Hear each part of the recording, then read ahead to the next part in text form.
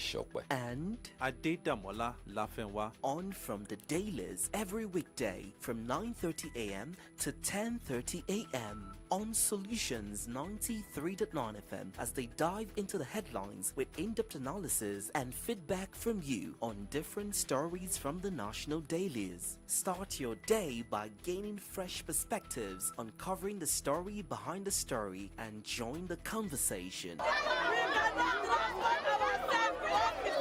Because your voice matters. From the dailies, the conversation never stops. I am writing to inform you of the availability of additional revenue amounting to 4.5 trillion naira and to propose its allocation within the 2025 appropriation bill to enhance the budget's responsiveness to the nation's most pressing priorities and aspirations. So from government-owned enterprises, GOEs, we have about 1.8 trillion. From Federal Inland Revenue Services, FIRS, we have about 1.4 or 1.5 thereabout trillion. And federal government's 52% share of the increase in revenue from 22.1 trillion to 25.1 trillion. With this additional revenue, the 2025 appropriation bill's total budget size will increase from 49.7 trillion to 54.2 trillion naira.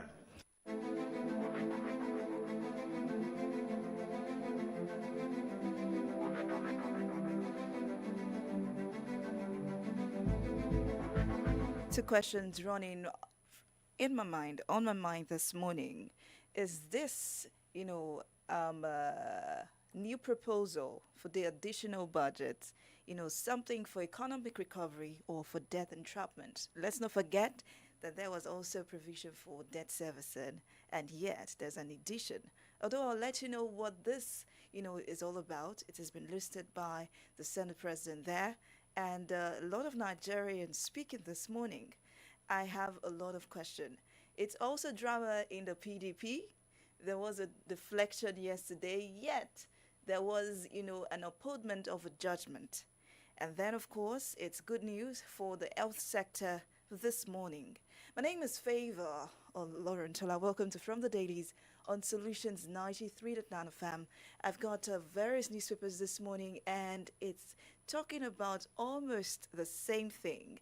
I mean, it's about warnings. I already played you the fact that, President Bola Tinubu wrote to the Senate yesterday asking for an increase to the budget.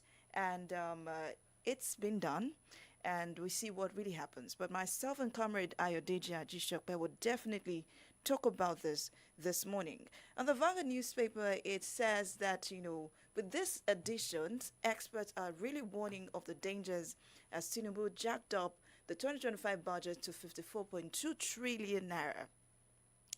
Well, on the Punch newspaper, it's almost the same. Experts divided over raise. FG has 4.5 trillion naira at Greek infrastructure funds. President submits reviewed budget. MDEF to National Assembly. FG votes more funds for BOL, others. On the Nation newspaper, it's why it was done from Bagudu. Why Tinubu raised budget, 2025 budget by 4.52 trillion naira. But it's quite different on the Nigerian Tribune.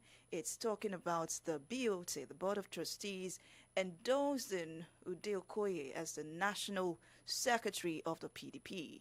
The big question here is that, this has been done, but will there be an upholdment, knowing that, the former National Secretary, is also speaking and saying, I am the rightful National Secretary of the PDP. Well, this matters arising this morning on From the Dailies on Solutions 93.9 FM. Please stay tuned. I will be speaking with Comrade Ayodeji Ajishokwe in a jiffy.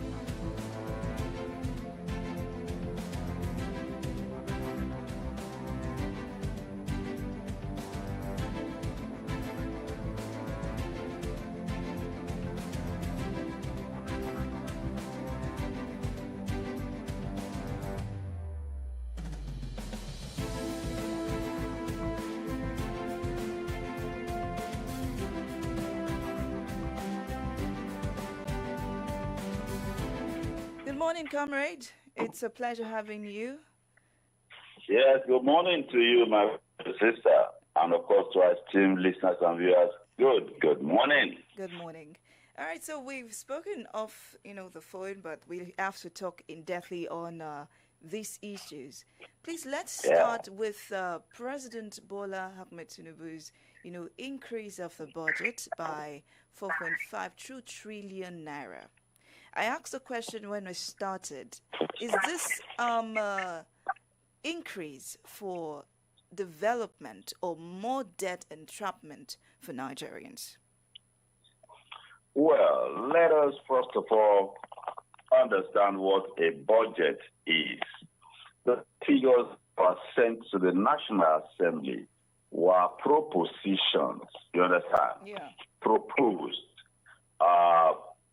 expenditure figures broken down into, ministries, agencies. They are a proposition and they are still under consideration. Therefore, any introduction, even until they are passed, the president or the executive is still in order.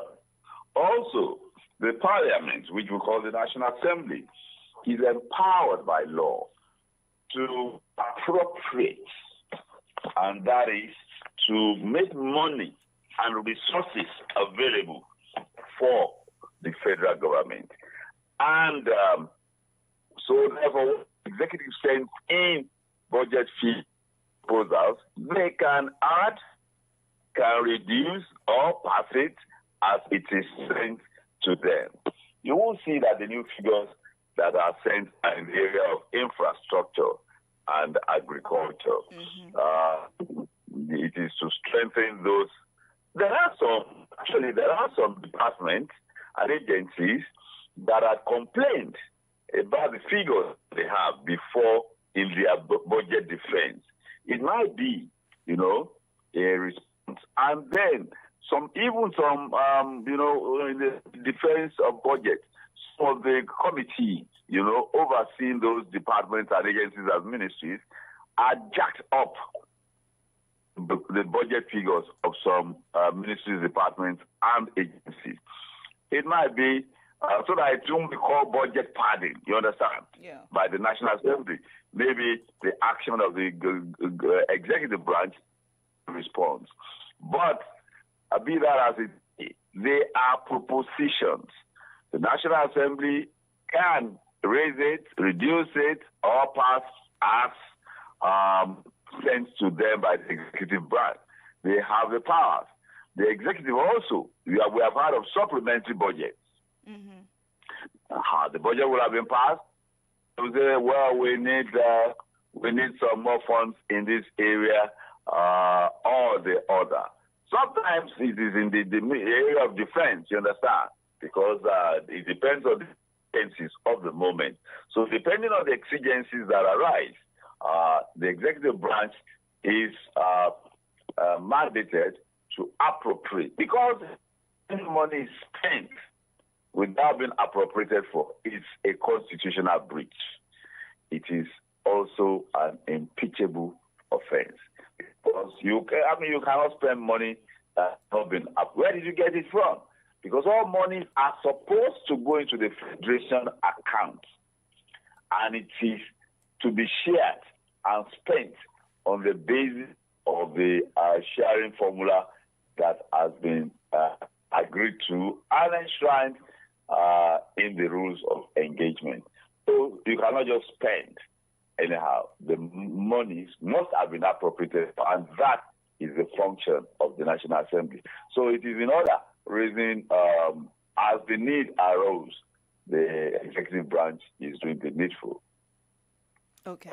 So let's just hope that whatever it is going to, sort itself. Let's go to the PDP. And we should also understand that figures appropriated for still go through the processes of availability of cash backing. Well, the president also used if available, actually. So when resources are available, that's what they call cash backing. Or there is this need, but the need will be met on the basis of availability of funding. Okay. So, Well, I have two very interesting sounds from the PDP this morning. This is the first announcement from the Board of Trustees concerning Sunday Okoye. And then we also have something from the Senate as well. I'll join you shortly, but I'd like you to listen, okay? okay. Thank Okay. The BOT charges the National Working Committee of our great party to recognize and immediately swear in Honorable Sunday Ude Okoye as the National Secretary of the PDP in obedience to the judgment of the Court of Appeal. 6.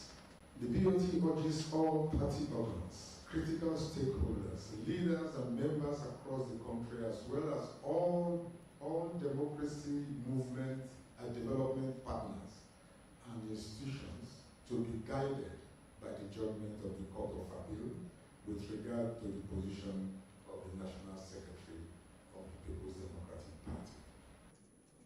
And urge the Senate to reflect my further stay in these chambers as a full-fledged member of the All Progressives Congress. The PDP is almost dead and about to be buried with my defection.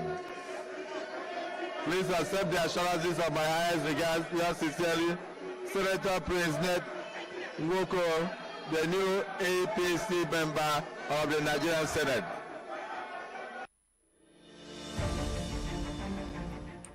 Comrade Ayodeji Adesope. Interesting.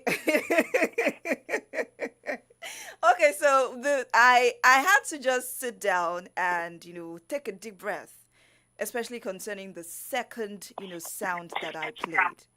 I mean, it was really going well for the PDP. The Board of Trustees finally took sides, when it came to Samuel Ayao and Sunday Ude saga for the PDP. Although they've been ordered, the NWC has been ordered to actually recognize Sunday Okoye as the National Secretary of the PDP, but yet they've yet to give the confirmation. We all know that the BOT is just a body, an advisory body. It's only the NWC that can confirm if Sunday Okoye will be the national chairman of the PDP. Yet, this case is in court, according to Samuel Anyao.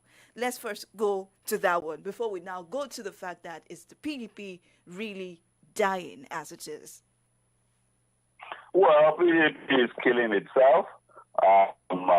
It's now this post of secretary. We know the national secretary. That's a very, very important position. Now, Ayawu was secretary. Senator Ayawu was secretary.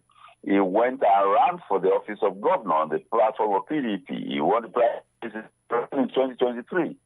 And Okoye, Ude Okoye was placed as acting national secretary. And when that guy lost the gubernatorial election, he went to Abuja to retake his office. And the zone said, when they were going to replace Aya with the zones, in order for the zone not to miss out, the zone said that the office belongs to has been zoned to us, the Southeast geopolitical zone. So let us put Okoye there. And they put Okoye there, but when that guy lost, he ran back to Abuja to retake the office. So the matter landed in court. Aya won in the two divisions of the appeal court of Nigeria's judiciary, gave different judgments on one same issue with similar facts. One said Okoye was the secretary. The one in Abuja said it is Ayawu. So it is the Supreme Court that will resolve that.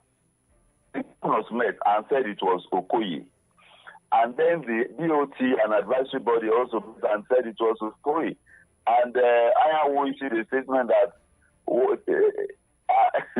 very, very interesting response he had. He said 80% of the members of the DOT that met at Transcorp, their tenure had expired. Including Ado Wabara, the chairman of the DOT, he said his tenure had expired since October last year. So if a body met and issued, even if advisory, You understand? And that is another indication that the PDP is in total disarray. 80% of the members of BOT that met, their tenure had expired. Yet they went ahead and met and took very, very far-reaching decision, which in itself amounts, apart from the fact that it's an advisory body, the meeting was in itself an illegality, you understand? Even in the eyes of the law, you understand? So, but you see, question for me is this: in whose interest?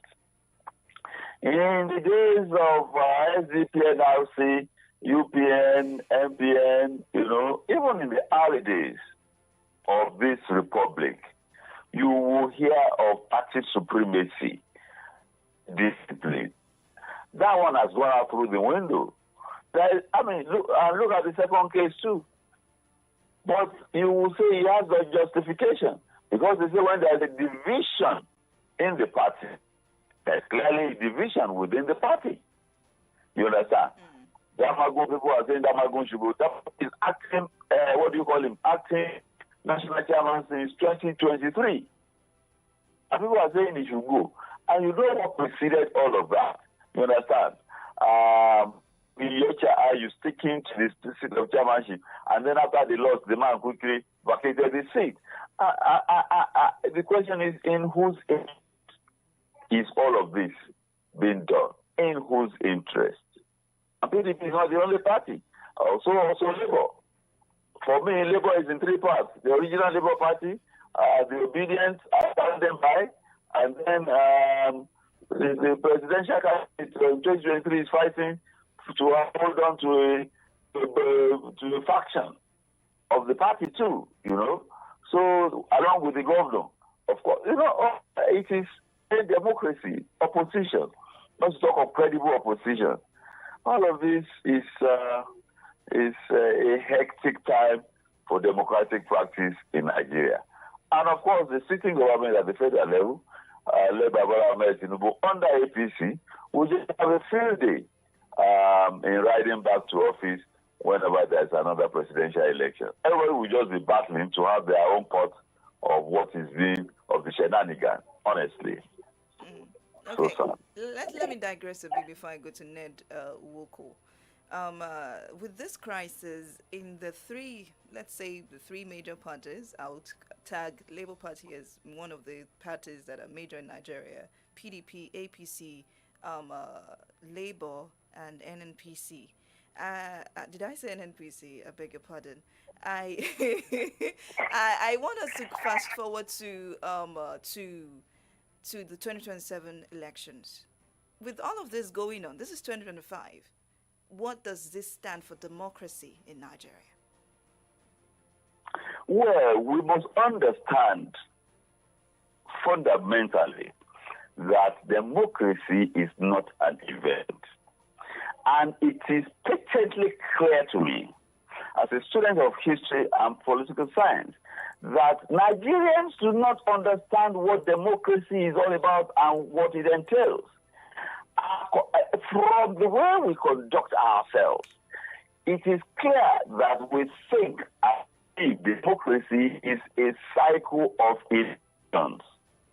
Be it local government, which they do in 2 years as the state may deal with it, or the ones we do, National Assembly, the presidency, governorship, state assembly, that we do for 4 years. I think we are operating from the perception that the democracy is a 4-year cycle of elections. It takes more than that, way more than that. There must be participation. There must be engagement. If you do not participate, and I do not mean participation in just following, look at what's happening now in the Nigerian political space. Parties have been hijacked by individuals, whereas ordinarily parties belong to the people. And I will allude to the United States currently as we speak. The Republican Party is now a Trump party, at least as we speak. There is no Republican Party as it were as we speak. It's more or less like a dictatorship, not a democratic one. So, but in evolution, we see these things occur. You understand? But the institutions will stand their ground. I guess we are evolving. But in terms of party democracy, multi-party democracy, we are not doing well enough. And one of the biggest challenges is internal party democracy. It is critical to democracy. It is the bedrock. Where processes are not seen to be transparent, not just transparent, you understand? It has to be seen to be transparent by the members of the party and even those who are on the sidelines watching, and the society, you understand? The society at large, you understand? Then, in multi-party democracy has suffered a big blow. We have not had internal party democracy since 2003. We have not had. It is the same playbook that, in fact, we have become, especially in 2003 and most terribly in 2007 when the do-or-die election was conducted. Even when the winner of a particular presidential election came out to say that the election that brought him into office was fraught with irregularities. You know, so I think it is just a desperation for power. But you want power. To what end do you need the power? Is it to serve personal or group interest, or to serve, to serve the people? I just want to believe that we are evolving. I want to believe so. Okay, you've answered the question I wanted to ask. I wanted to ask if it's Ned Nwoko's, defection was for personal gain or just to chase power. But let me ask this question: with his defection, the seat in the Senate for the APC has increased to 64. The PDP is now 33. I just want to quickly ask this question: should political cross-carpeting be banned so that politicians can remain accountable to their party and the electorate? That is tantamount to banning freedom of association. But conditions must be attached. And conditions have been attached that if you are elected on the platform of a political party, if you are crossing to another political party, there must be division. You understand? There is division, which makes Ned Nwoko's, defection and somewhat there's legal. also the provision that if you are elected on the platform of a political party, when you are crossing to another political party, you must vacate your seat. But there's no vacation here. Well, the challenge is that they will go to court. The only case that got to Supreme Court, and the Supreme Court said you must vacate your seat, validated you must vacate your seat, the man has completed his term before the Supreme Court gave that judgment. And look at what is happening in Rivers. They openly on television said they had vacated their seat, and then they went back and said they had not vacated their seat. And people are saying they had not vacated their seat because they did not follow procedure. They did not notify the party. They did not write the assembly. They did not do this. Yet, they did it publicly on television. It is in the newspapers, So that's why they say the law is an act. That case is in court as we speak. And you can be sure until the Supreme Court says what is obvious to the man on the street, you understand?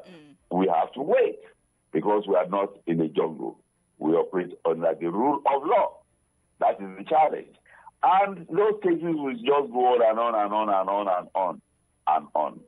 And of course, they know how to extend the judgment, file for orders and motions and all of that to frustrate the wheels of justice. Okay, so let's just say this is Otilo is gone. Nothing is going to happen to us. Okay, finally, in 1 minute, the health workers, the health sector is seemingly smiling. There's been an approval of the retirement age of 65. Let's, have this so we can wrap up the program this morning. The single most important benefit of that is that the health sector has suffered drain. You understand? Personnel drain. And that at least will stem the departure rate. Those who have retired, you understand? Those who have retired at 60, they can still be retained. I'm sure a large of them will still want to remain in service, especially with the new minimum wage, you understand? You will now have to go away with retiring with the new minimum wage adjustment.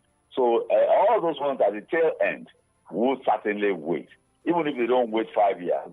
5, believe you me, is still a good age. You see, I don't understand how they came about that 60 retirement based on life expectancy.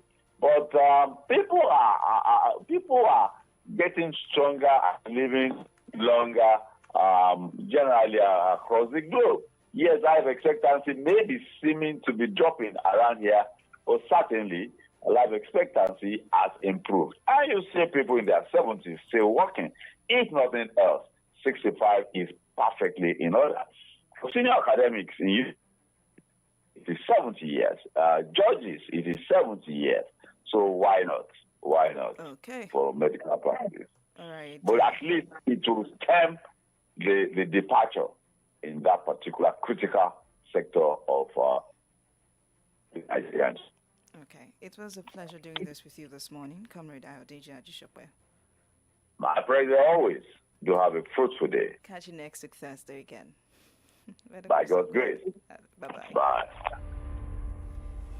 At this point, I have to say bye-bye. Thank you very much for joining us in Solutions 93.9 FM. Tomorrow again, Adedamola Lafenwa and Comrade Ayodeji Ajisope will take you through the papers and talk about issues pertaining the nation. Please have yourself a wonderful day and be safe. My name is Favor Olorintola. Tomorrow, today, and every day will be bright and wonderful for all of us.